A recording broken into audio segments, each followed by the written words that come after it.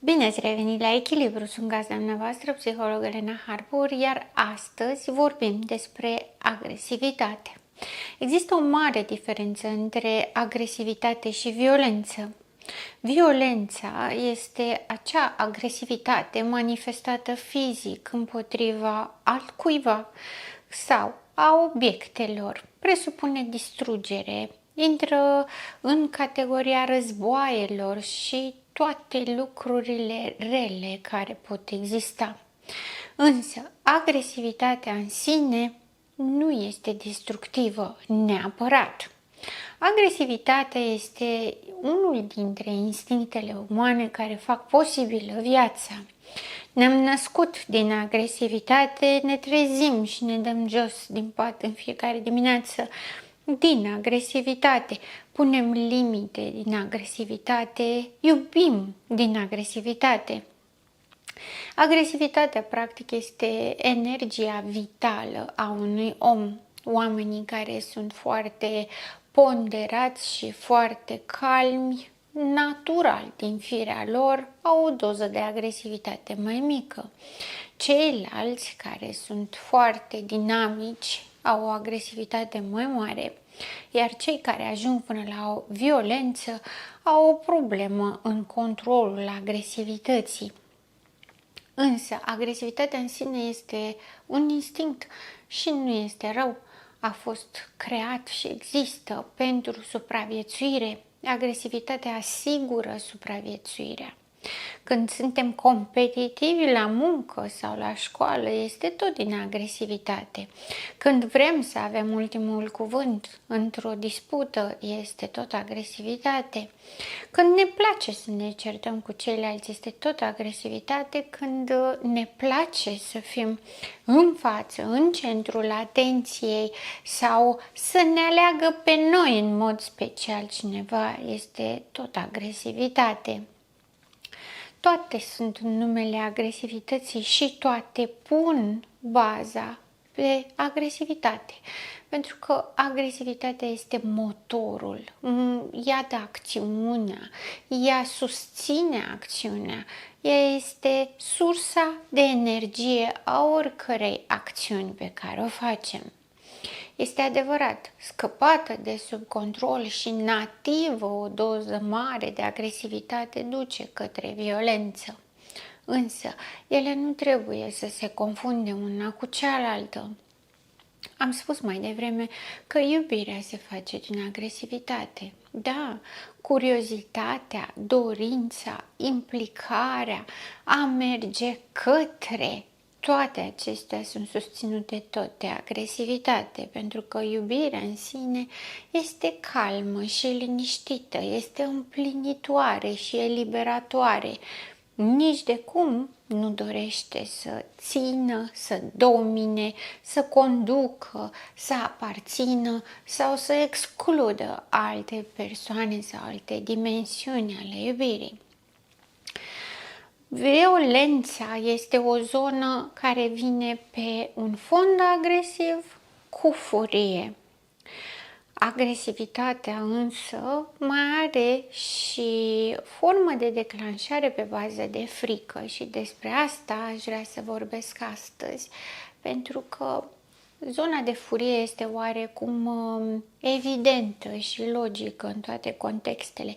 Deseori și cred că aproape în toate situațiile când vedem pe cineva violent sau destructiv, cauza întotdeauna este furia.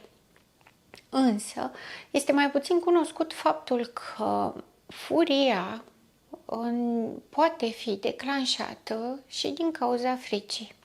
Acest comportament de descărcare violentă poate să apară și din cauza fricii.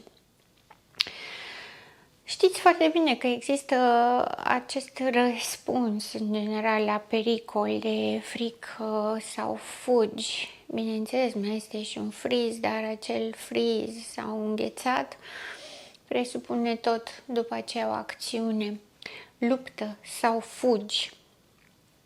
Pentru că luptă presupune violență, fugi presupune frică. însă ambele au punct comun partea de pericol, adică o atenționare a agresivității. Atenție, urmează să se întâmple ceva rău, tu trebuie să faci ceva. Agresivitatea, fiind un instinct de supraviețuire, ea aduce la cunoștință. Oamenii se nasc cu acest potențial agresiv în doze diferite.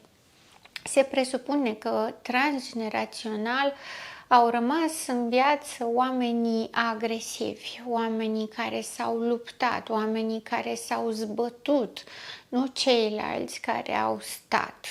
Freeze, despre care vorbeam mai devreme, ei de obicei se presupune că au fost anulați.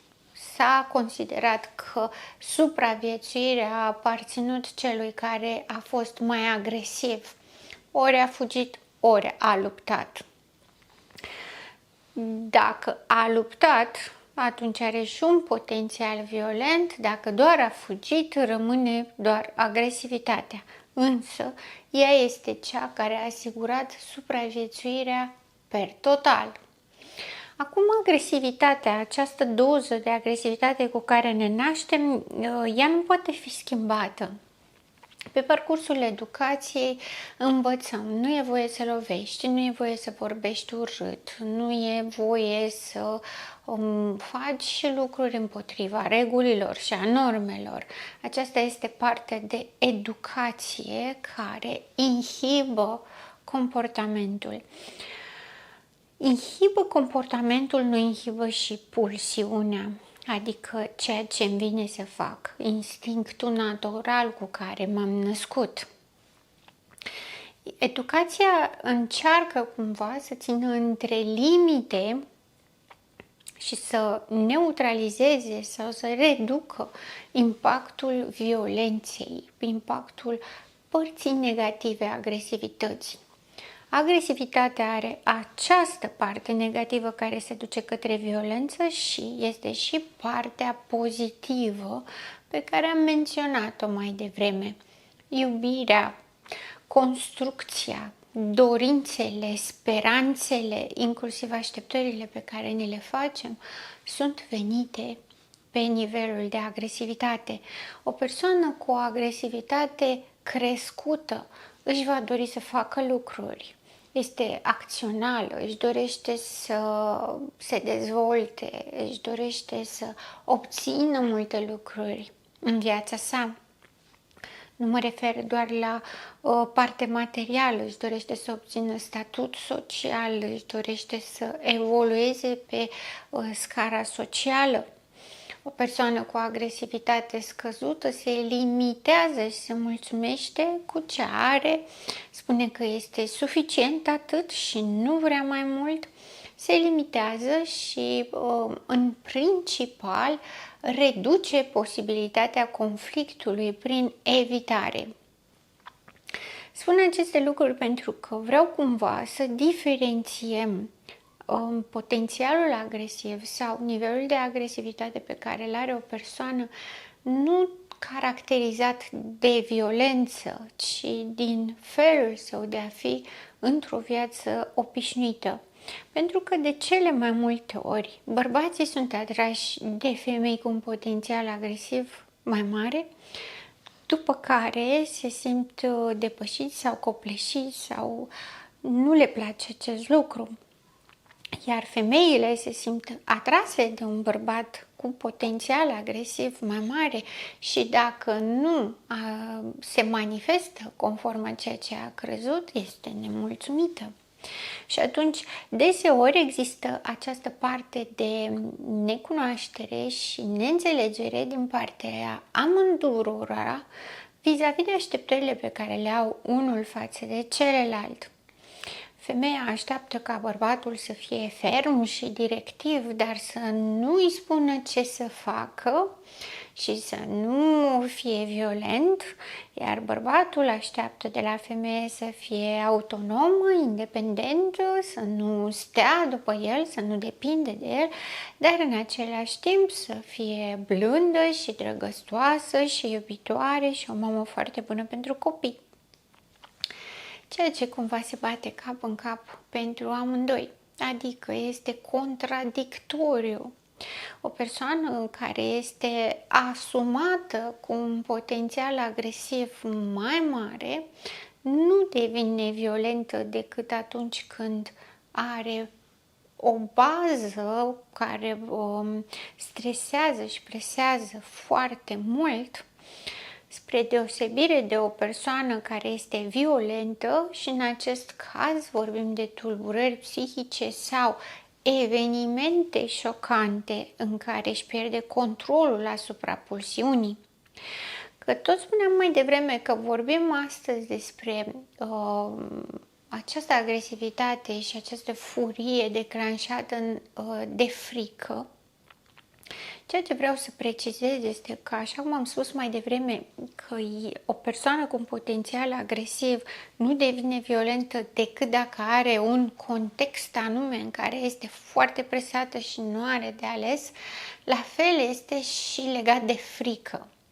Adică este o persoană care se teme de ceva anume. Contextul sau poate propria provocare, că poate o să vorbim odată și despre acest lucru, cum ne aducem provocări în viața noastră, o conduce către contextul de a-și confrunta una dintre cele mai mari frici. Pus în contextul acela poate deveni violentă. Poate, dar nu neapărat obligatoriu. Pentru că potențialul agresiv poate conduce către violență, dar nu neapărat.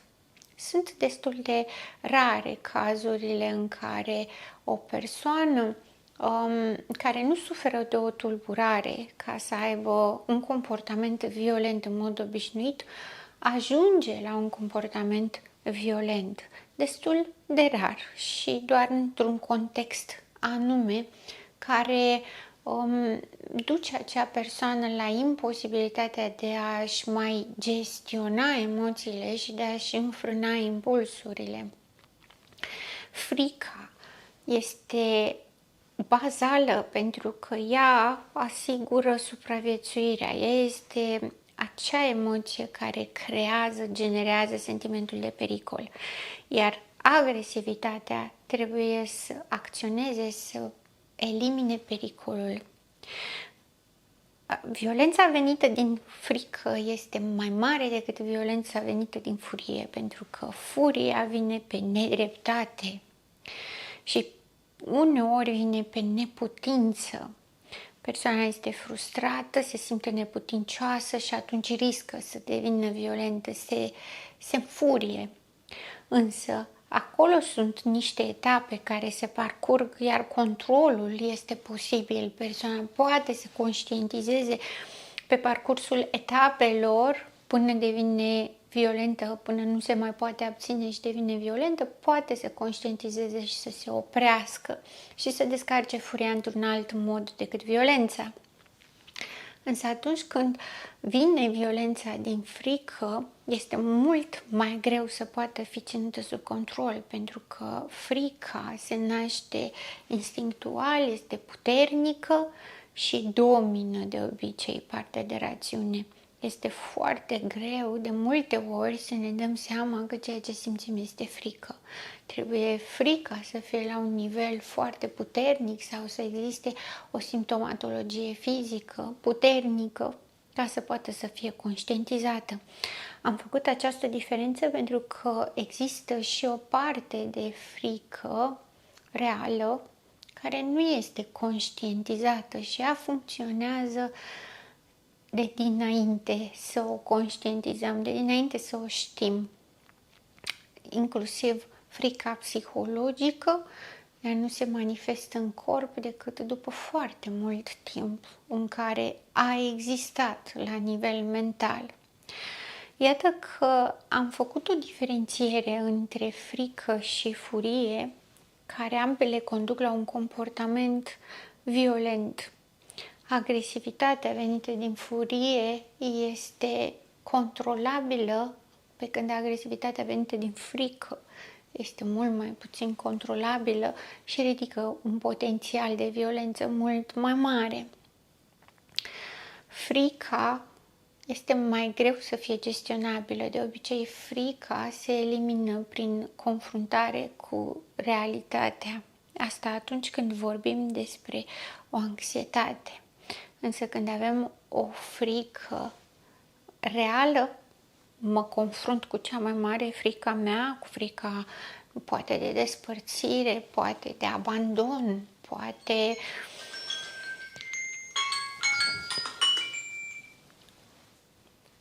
când mă confrunt cu frica mea, cu cea mai mare frica mea, poate de despărțire sau poate de abandon, mi-este foarte greu să mai fac diferența ce se poate întâmpla bun și ce se poate întâmpla rău, pentru că acela este momentul la care eu îmi pierd controlul.